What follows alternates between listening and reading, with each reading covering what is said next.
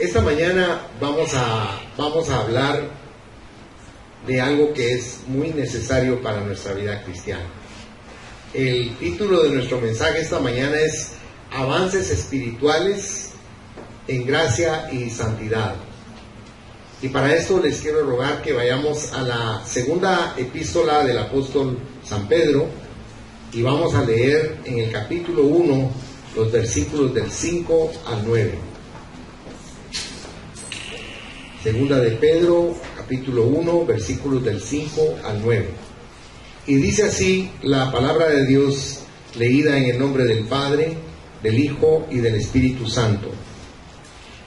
Vosotros también, poniendo toda diligencia por esto mismo, añadid a vuestra fe virtud, a la virtud conocimiento, al conocimiento dominio propio, al dominio propio paciencia, a la paciencia piedad, a la piedad afecto fraternal y al afecto fraternal amor. Porque si estas cosas están en vosotros y abundan, no os dejarán estar ociosos ni sin fruto en cuanto al conocimiento de nuestro Señor Jesucristo. Pero el que no tiene estas cosas tiene la vista muy corta, es ciego, habiendo olvidado la purificación de sus antiguos pecados. Padre, te damos gracias por esta palabra. Te suplicamos que tú la sazones, que tú la ministres, para que nos ayude, Señor, y nos fortalezca en nuestra área espiritual. Te rogamos que nos ayudes a transformar nuestro corazón y nuestra mente para agradarte a ti cada día. En el nombre de Jesús, amén. Pueden sentarse, mis amados hermanos. En el verso 5 leímos que Pedro dice, por esto mismo, porque aquí eso está conectando nuestra anterior meditación con lo que sigue, o sea, los primeros 4 versículos, porque somos participantes de la vida de Dios. Fíjense que a nosotros nos es muy difícil considerar que nosotros tenemos que ser como Dios en cuanto al tipo de vida que tenemos que tener. Se recuerda que Jesús dijo, sed santos porque mi Padre es santo, ¿verdad? Y yo soy santo. Él quiere que comprendamos que lo que es imposible para nosotros, porque si nosotros nos vemos humanamente, nos vamos a dar cuenta que no estamos capacitados para tener ese nivel de vida. Pero se nos olvida que en nosotros hubo un nuevo nacimiento. Y eso implica que el que nos está haciendo crecer, comprender y entender el propósito de ello es el Espíritu Santo. Por eso, si ustedes se recuerdan en Efesios, Pablo cómo insiste en el capítulo 4 en que no entristezcamos al Espíritu Santo, porque cuando Él se va de nosotros carecemos de esa opción, de esa sabiduría y de ese poder que Dios nos quiere dar, con el propósito de que crezcamos, que maduremos y que comprendamos realmente qué estamos haciendo en esta tierra. A veces pensamos que lo que hacemos en esta tierra es triunfar, pero no es eso, hermanos. Fíjense que cuando hay problemas económicos a nivel mundial, lo primero que nos viene es temor, porque consideramos que vamos a estar mal. Y si ustedes han notado en sus vidas, Dios jamás nos ha dejado. Amén. Siempre ha estado ahí con nosotros. Amén. No podemos decir que nosotros no tenemos ese respaldo y esa sombra protectora de Dios con nosotros. Siempre está con nosotros. Él es maravillosamente amoroso con nosotros. Ahora, es bien importante que debemos lanzarnos a poseer lo que esta mañana el Señor nos reta a que obtengamos. Porque yo quiero mostrarles el anhelo que tenía Pablo de que lo que yo les voy a predicar esta mañana, nosotros nos lo apropiemos. Pedro, era el que deseaba con todas sus fuerzas que nosotros aprendiéramos de esto y que lo adhiriéramos a nuestra vida diaria.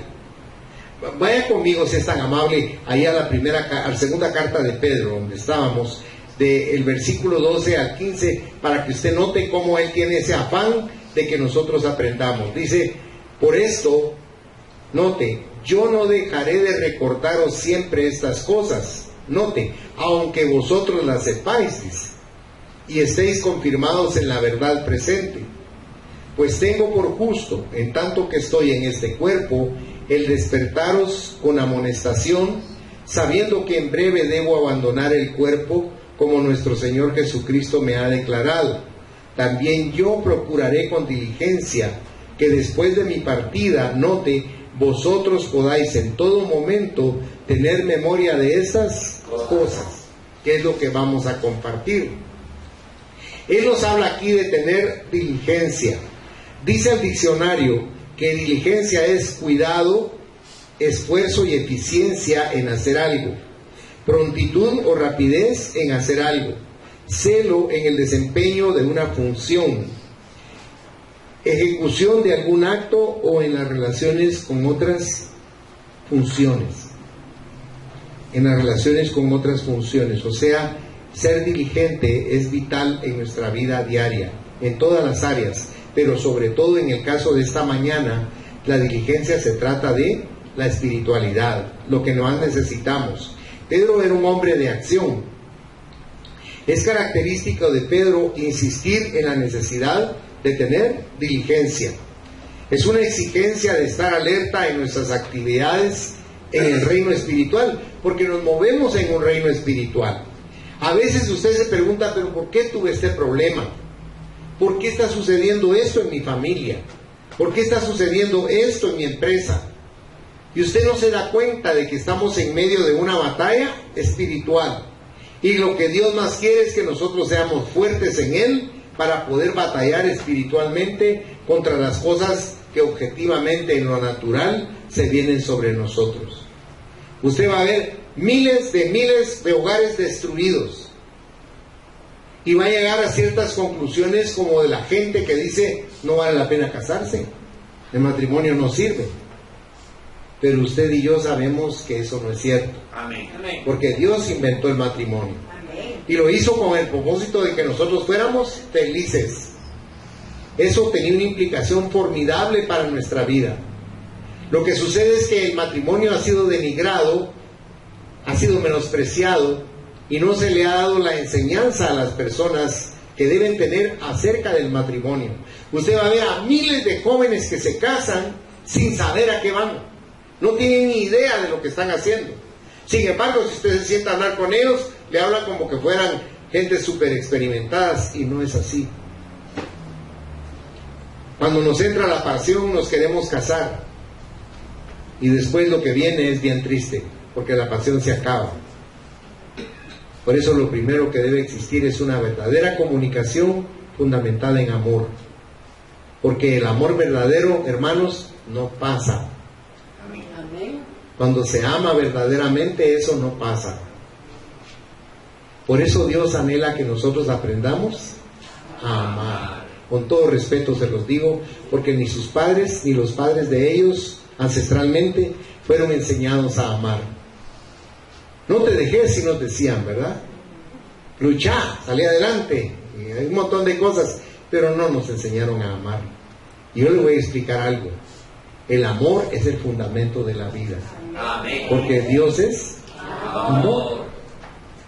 Pero debemos aprender qué es el amor. Aunque esto es el final de lo que esta mañana vamos a conversar. De tal manera entonces que el significado original del término diligencia es apresuramiento. Y hay un ejemplo muy lindo. Fíjese que María era una joven de una pureza, y usted va a decir, le está echando flores a María. No, entiéndame algo por favor. Cuando Jacob, huyendo de su hermano, se acostó en un lugar que se llamaba Betel, casa de Dios o puerta del cielo, en ese lugar él puso una piedra por almohada y se durmió, y soñó que había una escalera que conectaba la tierra con el cielo, y por esa escalera subían y bajaban ángeles. O sea, él estaba teniendo un sueño premonitorio de lo que Cristo iba a hacer, venir a la tierra para servirnos a nosotros como el medio por el cual nos podemos acercar al Padre. Para que ese ser que tenía las dos naturalezas perfectamente, divino perfectamente y humano perfectamente, naciera, tenía que nacer de una manera singular. No podía ser como nosotros. Tenía que ser de una manera totalmente diferente. Y yo creo que usted me entiende lo que le estoy diciendo. Entonces, Dios escogió a una mujer que fuera espectacularmente pura. ¿Me entiende por qué? Porque el propósito que se iba a cumplir en ella era divino, era sobrenatural. Cuando escogió a María, María tenía en su ser pureza. María tenía en su ser santidad. Ella tenía en su ser inocencia. Porque cuando usted lee el diálogo entre María y el arcángel Gabriel, usted dice, ala, no sabía nada. Ella estaba anonadada de lo que estaba oyendo, ignoraba todo lo que iba a suceder con ella. Pero el ángel explica que en ese instante ella iba a ser cubierta por el Espíritu Santo y iba a quedar embarazada. Y ella le dijo, ¿cómo voy a quedar ahorita embarazada si yo nunca he tenido relación con mi esposo, con José? Pero él le dijo, el santo ser que nacerá de ti provendrá de una acción sobrenatural de Dios en tu ser. Ahora, cuando ella queda embarazada, ¿qué es lo que hace? Acompáñenme a ver qué hizo. Vaya a San Lucas en su Biblia, si es tan amable, capítulo 1, versículos 39 y 40. Lucas 1, 39 y 40 dice: en aquellos días, levantándose María, fue deprisa a la montaña, a una ciudad de Judá, y entró en casa de Zacarías y saludó a Elizabeth. Y usted conoce el resto. Cuando María le dijo a Elizabeth, salve, y esa voz de María entró en los oídos de Elizabeth, ella estaba embarazada de 6 meses de Juan el Bautista. Y usted dirá, ¿y por qué fue a verla? Porque eran primas. Pero la fue a ver porque también ella había sido estéril toda su vida y era una ancianita. Y una ancianita ya no tiene funciones biológicas para engendrar un hijo. Pero Dios sobrenaturalmente a Elizabeth le dio el embarazo de Juan el Bautista. Y entonces dice ella, cuando recibe esa salutación de la Virgen María, que le dice, hola, salve, le dijo ella, ¡hala! Le dijo, ¡qué maravilloso! En cuanto tu voz entró por mis oídos, la criatura saltó de alegría en mi vientre. Miren qué formidable. Ahora, esto es consecuencia de algo de lo que estamos hablando esta mañana, diligencia.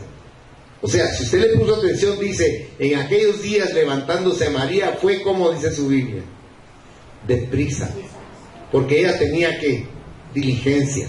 ¿Será que nosotros tenemos diligencias con las cosas de Dios? No, tristemente no. ¿Saben por qué? Con todo respeto se los digo, porque somos ignorantes de esas cosas. Si nosotros estuviéramos más empapados en piedad, nosotros tendríamos muchísimo más interés en la sobrenaturalidad de las cosas de Dios. Pero como ignoramos esas cosas, porque no nos han enseñado, entonces por eso las vemos nosotros con tanta ligereza.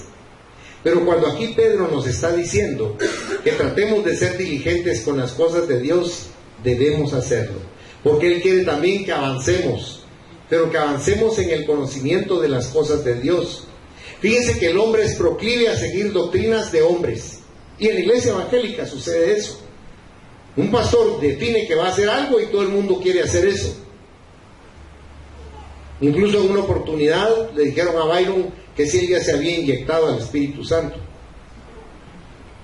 Para que usted se forme una idea, pues, de ese tipo de doctrinas o de enseñanzas que se dan erróneas, equivocadas, porque no se fundamentan en la palabra de Dios.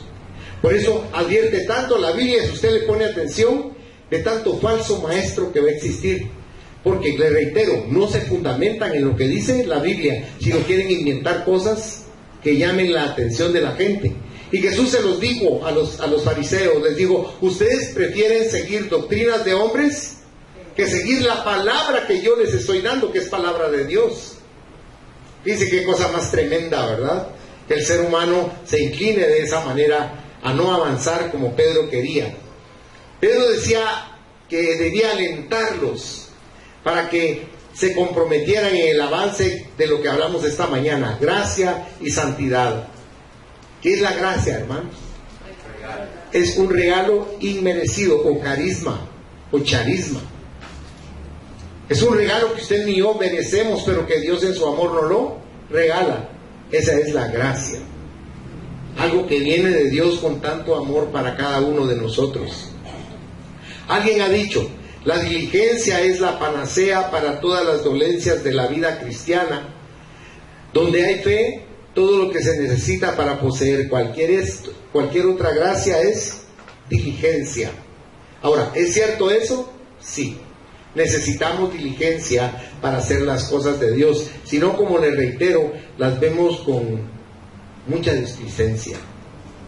Y nosotros debemos aprender lo mejor, que es el poder que Dios nos da. ¿Se recuerda que Pablo dice en Filipenses 4:13, todo lo puedo en Cristo que me fortalece? Si usted lee la Biblia con detenimiento, se va a hallar con un montón de líderes que lo primero que le salió de la boca a decirle a Dios fue, no puedo.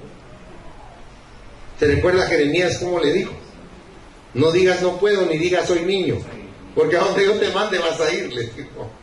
Y tuvo que hacer lo que Dios le mandaba, lo que Dios le decía. Porque cuando Dios le manda a usted a hacer algo, lo equipa.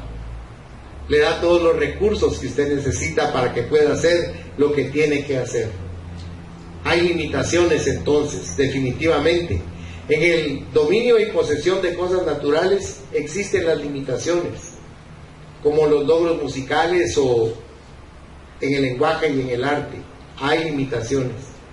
Pero déjeme decirle que para obtener las gracias de Dios no hay limitaciones. Porque Él ha abierto una puerta, gloria a Dios. En Apocalipsis dice claramente Jesús, he aquí yo abro una puerta que nadie puede cerrar. Esa puerta es Jesucristo. Y esa puerta está abierta y por ella ya entramos nosotros. Ahora, si entramos a esa puerta, es porque Él nos quiere enseñar cosas maravillosas. Mire, la vida es linda, ¿sí o no? Amén. Sí, es linda la vida. Pero ¿sabe qué? Tiene altibajos. Y cuando estamos en los bajos, es cuando más nos sentimos lejos de Dios. Cuando estamos en lo alto disfrutando, no. Pero cuando entramos en grandes crisis y problemas, ahí con el que peleamos es con Él, con Dios. ¿Verdad? A Él le reclamamos. Pero yo le quiero decir algo, su vida sería perfecta si usted realmente dejara entrar a Dios en su interior. Fíjese que Dios es tan maravilloso que no nos cambia la personalidad. Nos deja ser como somos. Ahora, ¿qué sucede con Dios en nuestro corazón? Nos hace ser perfectos y cabales sin que nos falte nada.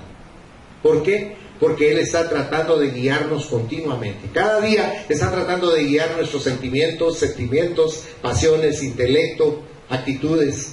Él está tratando de gobernar en nuestro corazón, no obligándonos, sino enseñándonos, porque el beneficio es para nosotros, no es para Él, es para Él el gozo de ver que nosotros nos transformamos como Él anhela. Se recuerda que en 2 de Corintios dice la palabra de Dios que el que está en Cristo es nueva criatura, y las cosas viejas, dice, pasaron y aquí todas son hechas nuevas. Pero el siguiente versículo dice, son hechas por Dios. Porque uno se pone a pensar, ¿y cómo voy a hacer yo para cambiar? Mire, si usted es bravo por naturaleza, usted sabe que no se le va a quitar lo bravo, ¿verdad, mi hermanito amado, mi hermanito? ¿O no es así, hermanos? Que alguien le dice a usted, no, yo era bravo. Mentira.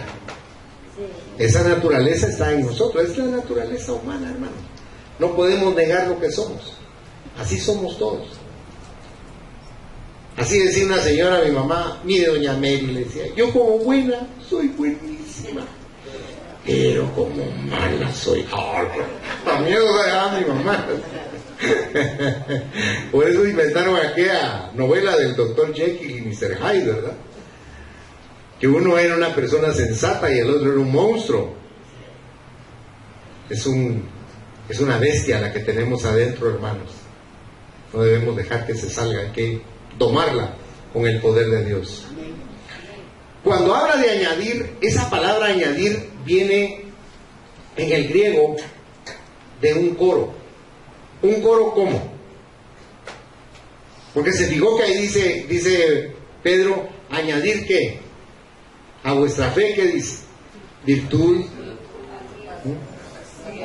Usted leyó conmigo todas las gracias del Señor. Ahora, eso es como que fuera una rueda, como los bailes catalanes, que se toman de la mano y brincan todos y van dando la vuelta, que viene su origen de esas danzas, es un origen de música griega. Si usted alguna vez vio Sorba el griego, me va a entender, porque ahí se toman de los brazos y todos bailan en un mismo sentido y regresan, pero todos van juntos, van unidos, van tomados de la mano. Eso es lo que Pedro está diciendo, que la gracia que ustedes van a recibir, todas esas añadiduras, vayan unidas, vayan juntas, porque separadas no pueden funcionar. Usted tiene que tener todas, no puede tener solo algunas. Dios quiere que tengamos todo. Ahora, Él desea que avancemos todos en la gracia, dándonos la mano, estando unidos de una manera espiritual. Es lo que Él más anhela en nosotros. Ahora, cuando habla de añadir, no es una sola gracia la que hace al cristiano. Estas gracias no surgirán sin esfuerzo, ni permanecerán sin cultivo. Yo quisiera que observáramos estas gracias por separado. Y vamos a empezar con la fe. ¿Se recuerda dónde habla de la fe en la Biblia? Hebreos, ¿verdad? Hebreos 11:1, ¿cómo dice? Es pues la fe, la certeza de lo que se espera, la convicción de lo que no. ¿Ha oído usted algo más descabellado que eso? Porque es estar seguro de algo que no existe. Pero Jesucristo nos dice por medio de Pablo que nosotros, cuando entramos en esta dimensión de locura para la gente, llamamos a las cosas que no son como si fueran. Porque la fe es algo tremendo, formidable. Me llamaron el día sábado para ir a orar por una persona que la diabetes avanzó tanto en su organismo que tenía los dos pies malos. Pero uno de los pies, yo nunca había visto esto, tenía ya tejido necrótico. O sea, el pie estaba totalmente negro en una parte que abarcaba los dedos. Y cuando le pregunté a la hija de esta persona, me dijo, es gangrena. Entonces la persona enferma le dijo, que me amputen el pie, le dijo, para que no me quiten la pierna. Entonces yo le dije, yo respeto su planteamiento y usted tiene razón humanamente. Déjeme que yo ore y pida sobrenaturalmente a Dios que Él regenere esos tejidos. La señora se me quedó viendo, como dice, está más loco que una cabra. Pero la verdad es que ahí es donde entra lo que nosotros llamamos fe. Porque eso es imposible, ¿verdad? Suena locura. Y tampoco podemos darle falsas esperanzas a las personas si nosotros no tenemos fe. Pero por eso no vamos a dejar nosotros de usar la fe y nos vamos a volver nosotros escépticos. No, tenemos que tener fe y dar testimonio de que hay un Dios que cuando pedimos las cosas con propiedad y creyendo en nuestro corazón, sucede lo sobrenatural. Le dijo Jesús a Marta que al que cree, todo le es posible. Y Marta, ¿qué le dijo? Ay, sí, pero él ya tiene 4 días de muerto y hiede. Ese cuerpo ya se degeneró, ya se descompuso. Y la respuesta de él fue, ¿no te he dicho que si creyeres verías la gloria de Dios? ¿Dónde lo enterraron? Y lo llevó a la tumba y movieron la piedra de la tumba. Y él no se puso a pensar, tiene 4 días de muerto, sino él dijo, Lázaro, ven fuera. Pero antes de decir eso, él oró. Le digo, Padre, siempre voy a ti porque siempre me escuchas y siempre me concedes lo que te pido. Y Lázaro, usted conoce la historia. Le estoy contando esto porque la fe es algo que choca contra nuestro racionalismo. Es algo que va en contra de todo lo que hemos aprendido en la vida. Pero déjeme decirle que esa sobrenaturalidad existe, gloria a Dios. Y podemos ver los milagros que Dios hace a través de la fe que nosotros derramemos sobre cada circunstancia imposible con la que nos encontremos. Por eso es tan importante la fe en nuestra vida. La fe es la raíz de donde vamos a hablar de estas gracias. Ninguna excelencia edifica a uno como cristiano, excepto si son las excelencias añadidas por la fe. La fe es la gracia fundamental. Son 8 gracias de las que le voy a hablar y ahí concluimos el mensaje. Esta primera gracia es la fe de la que estamos hablando. Y es sobre la que nosotros edificamos nuestra vida. Sobre la fe edificamos nuestra vida. Quisiera ponérselo un poco más gráfico. Si usted pudiera ir en su Biblia a 1 Corintios capítulo 3, si es tan bondadoso.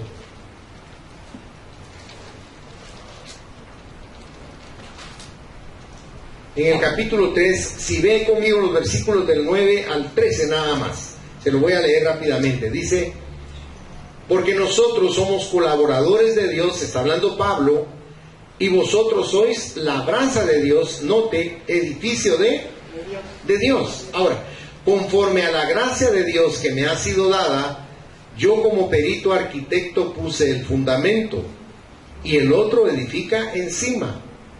Pero cada uno mire cómo sobreedifica, porque nadie puede poner otro fundamento que el que está puesto, el cual es Jesucristo. Y si sobre este fundamento alguno edificare oro, plata, piedras preciosas, madera, heno, hojarasca, la obra de cada uno se hará manifiesta, porque el día la declarará, pues por el fuego será revelada, y la obra de cada uno, cual sea, el fuego, ¿qué dice su Biblia? La probará, porque en el fuego es donde probamos nosotros realmente lo que es nuestra fe. Mire, ¿cuándo usted desarrolla su fe? Cuando está en problemas, cuando está en crisis, cuando usted topó, cuando sus recursos ya no tienen más efecto. Y usted dice: ¿ahora qué hago? Ya agoté todo lo que podía hacer. Y entonces entra la sobrenaturalidad de la fe. Para que me entienda un poco mejor, a una persona le dicen: tiene cáncer en un pecho y se lo vamos a extirpar porque ya se le pasó al otro. Y tenemos que empezar una quimioterapia agresiva porque lo más probable es que usted tenga 6 meses de vida. Ahora, una mujer bajo esas circunstancias, piense por favor, piense por un momento, a una mujer que le quiten un pecho, ¿cómo le va a afectar? Pero si encima le tienen la expectativa de quitarle el otro, y que lo más probable es que a pesar de esa extirpación que se le tenga que hacer masiva, va a morir, ¿qué le queda? ¿A dónde puede acudir? A Dios, hermanos.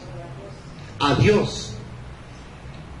El problema es que el ser humano, cuando le dicen se dobló un pie, le duele el estómago, le duele la cabeza, le duele la muñeca, oremos. Dice: está ciego, oremos para que Dios le dé conformidad. Tiene cáncer, ay, pidémosle a Dios por los dedos. ¿Me entiende lo que le quiero decir? O sea, nuestra fe tiene tanta limitación, ya se fijó.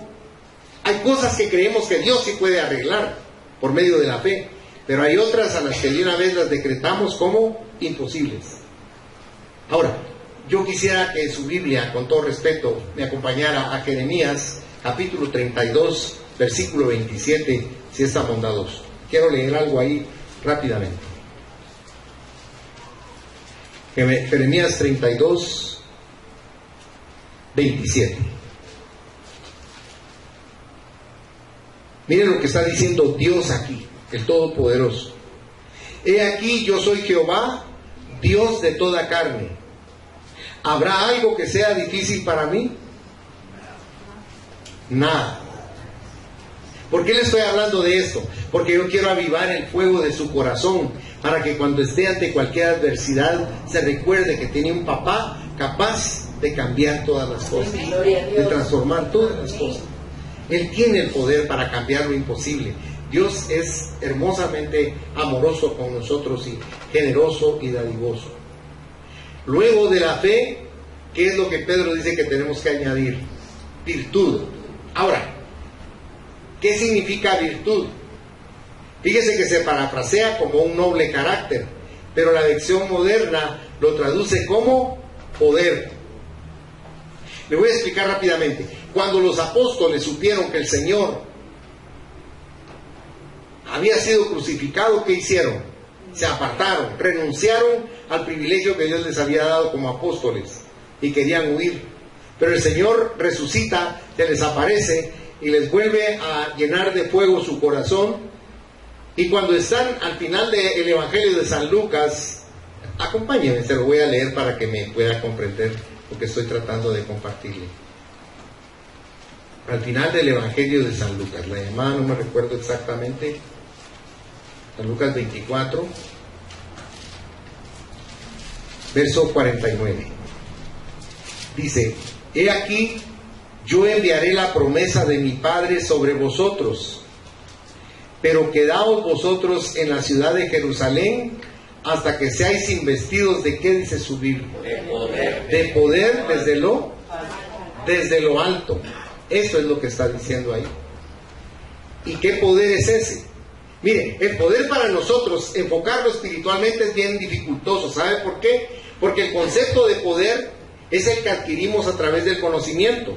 Pero es un poder que nos sirve para dominar a otros, para mandar a otros, para que otros estén bajo nuestra autoridad y nuestro poder.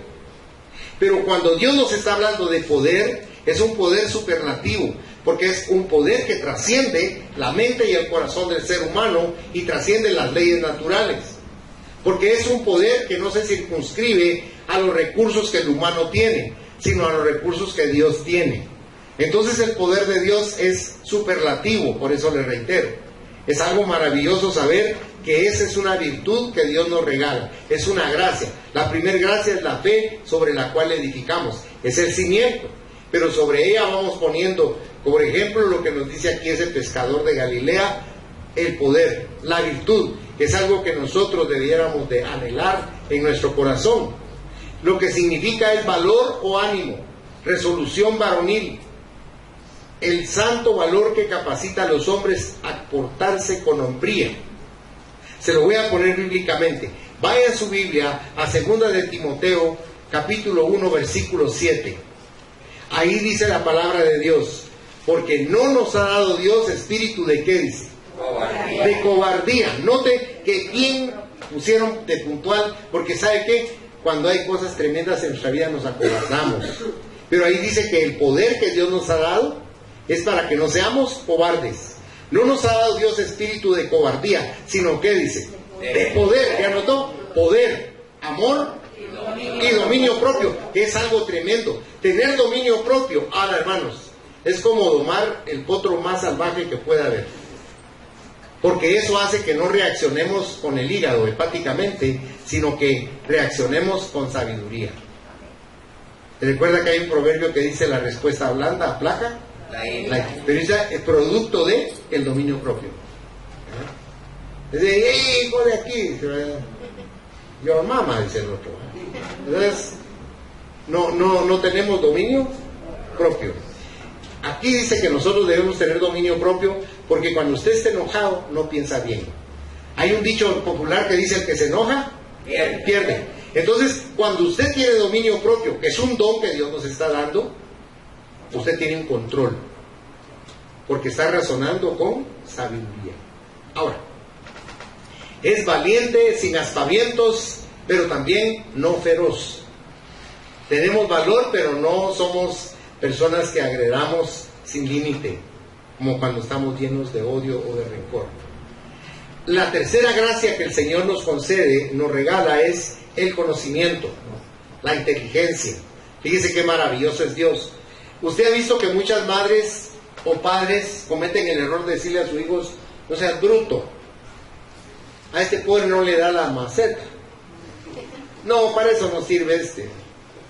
Este es mero lelo. ¿Se ha fijado? Los padres cometen el error de marcar a sus hijos con esos conceptos. Eso es mentira, porque a todos los seres humanos Dios nos ha dado poder y capacidad para razonar, para pensar.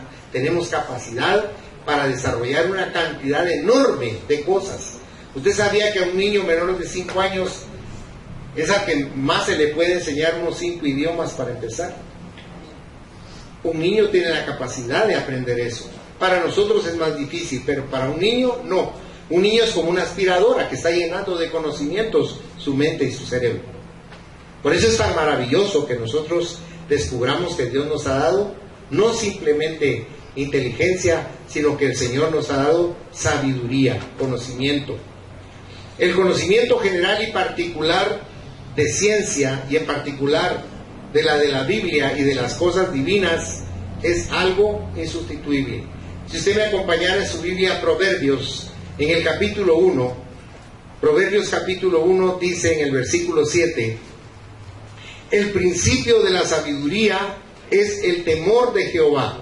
Perdón que me detenga aquí. Entendamos algo. Cuando habla de temor de Jehová, no es que Dios esté con un palo en la mano para que el que se equivoque, ¡pim!, le dé en la cabeza. No. El temor de Jehová es que yo lo puedo ofender a Él. De tratar de llevar una vida que sea de acuerdo a lo que Dios le aconseja vivir para que yo no lo hiera, no lo lastime a Él. Ese es el temor de Jehová. Por eso dice el versículo, el principio de la sabiduría es el temor de Jehová. Note, los insensatos, insensato quiere decir loco, los insensatos desprecian la sabiduría y la enseñanza.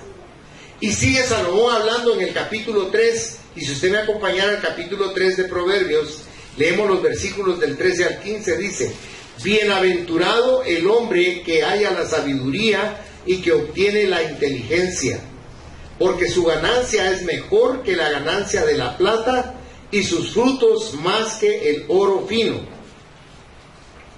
Más preciosa es que las piedras preciosas, y todo lo que puedes desear no se puede comparar a ella.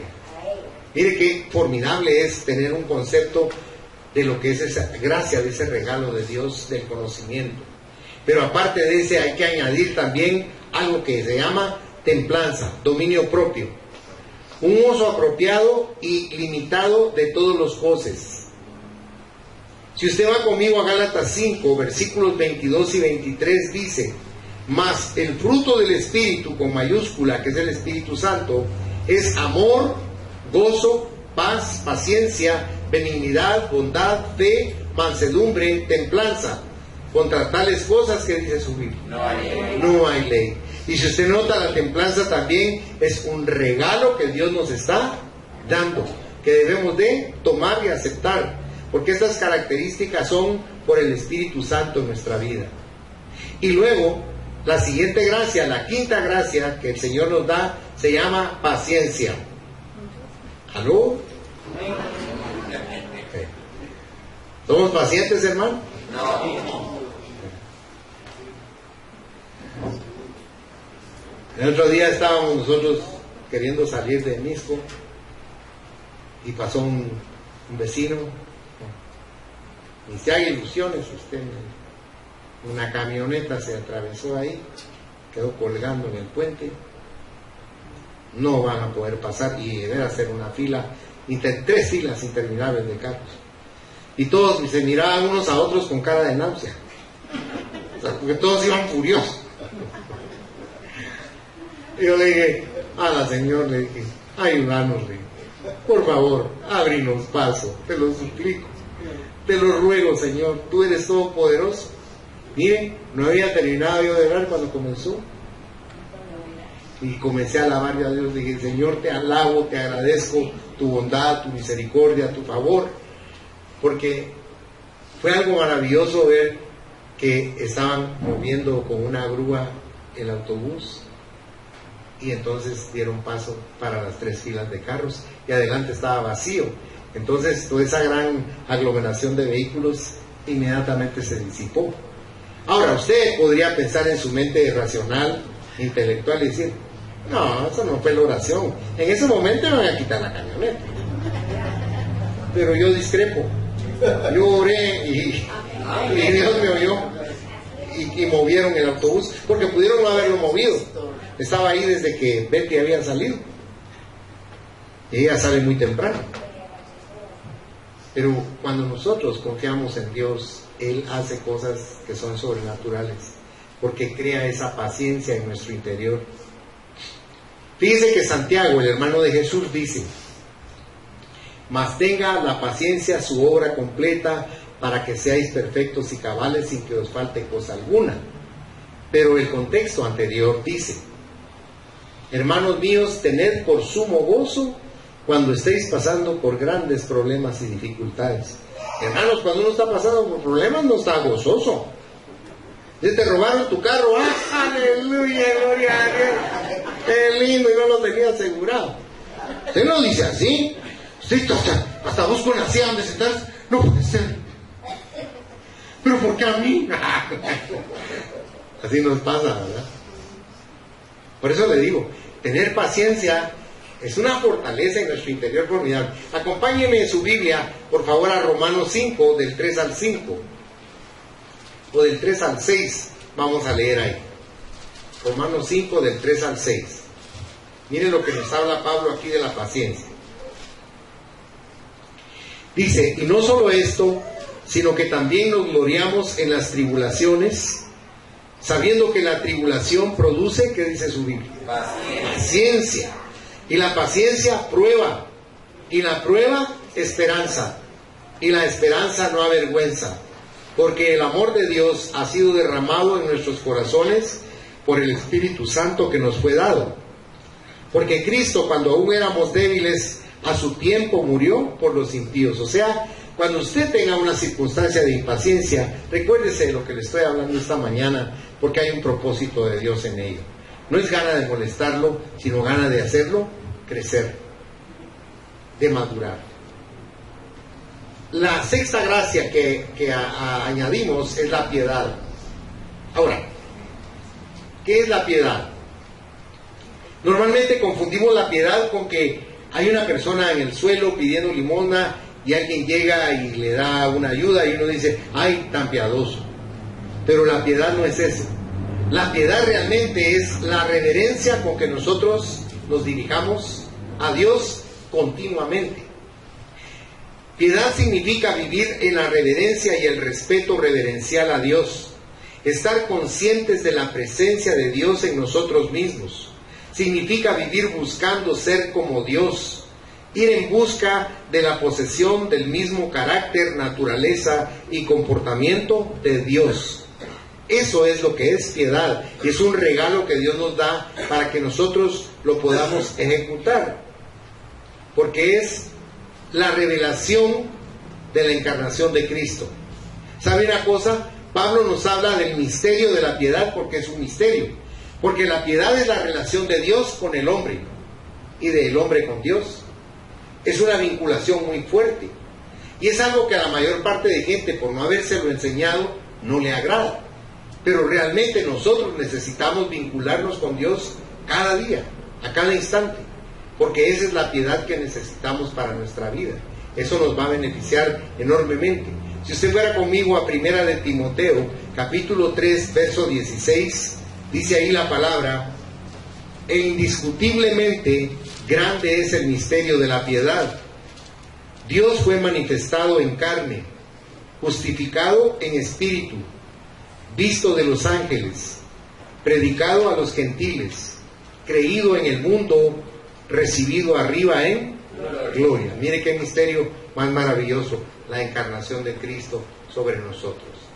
Luego, la séptima gracia que tenemos que adquirir es afecto fraternal. Fraternal habla de hermandad, habla del amor de los padres a los hijos, de los hijos a los padres, pero el amor de nosotros en la iglesia, porque somos hermanos ya que tenemos un solo Padre, que es Dios. Ahora, usted va a ver en las iglesias que mucha gente deja de ir a la iglesia porque se incomodó con alguien. ¿Y usted por qué ya no llegó, hermano? Es que fíjese que un hermano me tiró las trenzas. de plano le caigo mal, mejor ya no voy. ¿Para qué voy a ir a la iglesia? Ahora, fíjese que eso es algo que nosotros debemos estudiarlo.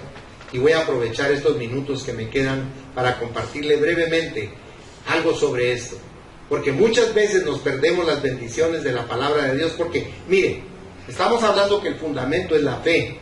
Y sobre ese fundamento ponemos estas gracias que Dios nos regala. Ahora bien, ¿de dónde viene la fe?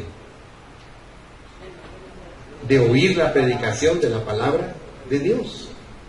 Si usted no viene a la iglesia, no va a tener fe, no va a crecer en fe. Y su fe va a menguar, se va a debilitar. No porque yo quiera tenerlo aquí a usted obligadamente o coaccionadamente, sino porque usted necesita eso. Mire, ¿será que usted puede pasar una semana sin comer un solo tiempo de comida? De lunes a domingo sin comerse un bocado de nada. Tal vez que le den solo agüita. No podemos vivir sin comida. Nuestro cuerpo demanda el alimento para nutrirse. Pero el espíritu de usted, no se ofenda, está raquítico. Mire un niño de Biafra y ese es su espíritu. ¿Cómo hacemos para que se ponga así, puro Charles Atlas? Bueno, mi hermano William. Coma la palabra. Venga a comer. Mire, ¿cuánto tiempo viene aquí? 1:30 a la semana, fíjese. Cada 8 días nos juntamos aquí para comer. Considere ese espíritu que hambriento se mantiene, porque nada más 1 hora a la semana come. Yo debería estar al revés, ¿sí? Porque estoy gordo espiritualmente, pero también en la carnívora estoy gordo. Yo digo, todos los días, usted tal vez no me lo crea, pero en mi oración devocional, al final de mis oraciones, le digo, Señor, quítame el hambre, pon un cuchillo en mi garganta, que ya no como así. Y como poco, fíjese, y el diablo ingrato, lo poco que como, como que me inflara con aire. Pero nosotros debemos aprender a comer espiritualmente, hermanos. Dice que hay gente que viene a la iglesia y solo entra y quiere salirse. Apenas toca con el pie así, como que es tenta, la lleva y se va.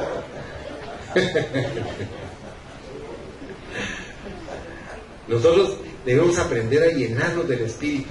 Y tal vez yo no soy muy agraciado para predicar, pero créame que yo le oro a Dios que lo que yo le enseño a usted, Dios me ayude a que usted lo reciba y lo pueda digerir y lo pueda vivir, porque eso es lo importante, que usted tenga conocimiento y sabiduría en cuanto a esto. Vaya conmigo a Efesios capítulo 4, versículo 2, si es tan amable. Efesios 4, versículo 2 dice: con toda humildad y mansedumbre, soportándoos con paciencia los unos a los otros en amor. Mire, si a alguno le cae mal, dígale, señoras, que este me caiga bien. Pídale a Dios. Vea conmigo otra llamada, por favor. Colosenses 3, versículos del 12 al 13. Dice el versículo 12: vestíos pues como escogidos de Dios, santos y amados, de entrañable misericordia, de benignidad, de humildad, de mansedumbre, de paciencia, soportándoos unos a otros y perdonándoos unos a otros, si alguno tuviere queja contra otro, de la manera que Cristo os perdonó, así también hacedlo, dice, vosotros, ¿verdad? Tenemos que hacer eso. Y el último, y aquí concluye el mensaje, la octava gracia es el amor. En la Reina Valera antiguamente no le llama amor, sino le llama caridad.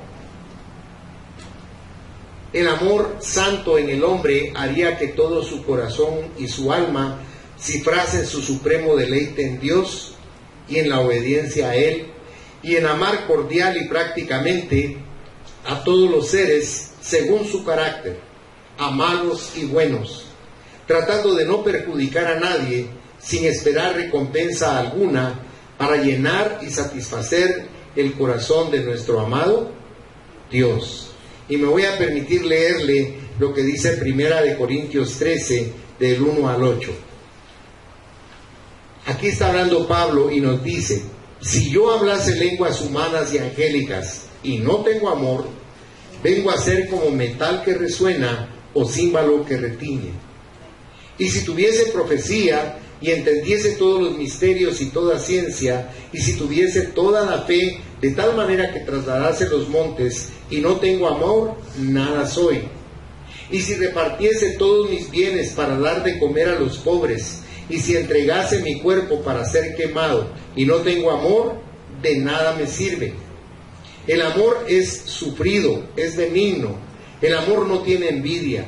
El amor no es jactancioso, no se envanece, no hace nada indebido, no busca lo suyo, no se irrita, no guarda rencor, no se goza de la injusticia, mas se goza de la verdad.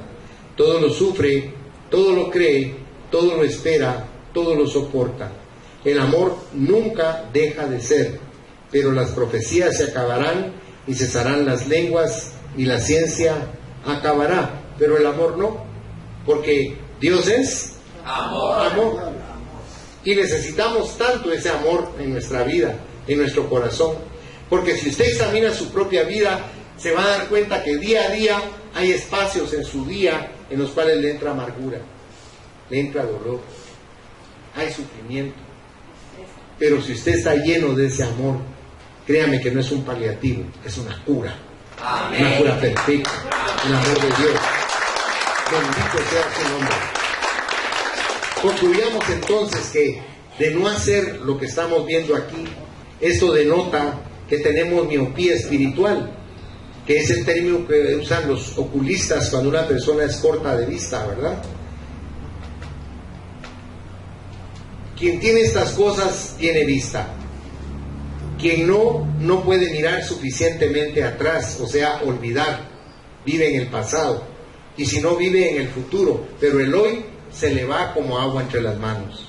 Y debemos aprender a vivir un día a la vez. Dejar el pasado y no pensar de esa manera en el futuro, para que podamos ser verdaderamente libres. Porque fíjese que en Apocalipsis 3:18 dice Jesucristo: por tanto, yo te aconsejo que de mí compres oro refinado en fuego, para que seas rico, y vestiduras blancas para vestirte, y que no se descubra la vergüenza de tu desnudez, y unge tus ojos con colirio. ¿Para qué dice? Para que veas, exactamente. Porque lo que Dios quiere es que abramos nuestros ojos y nuestros oídos espirituales. Cierren sus ojos, por favor. Amado Dios, yo te doy gracias por la vida de cada uno de los presentes. Yo te ruego que bendigas su vida con estas 8 gracias, Señor, que tú nos regalas. Que estén llenos de fe, de poder, de conocimiento, de templanza, de paciencia, de piedad, de afecto fraternal y de ti, Señor. Por favor, ayúdanos a aprender a vivir cada día con libertad, con gozo y con también alegría en nuestro corazón. Te pido que bendigas, Señor, su salir y su entrar, que bendigas su relación contigo, que bendigas su conocimiento y su crecimiento en la fe, para que ellos puedan enfrentar las crisis que vienen a sus vidas diariamente. Fortalécelos y llénalos de paz. Fortalécelos y llénalos de fe. Permite, Señor, que se acrecente la sobrenaturalidad de tu palabra dentro de su corazón.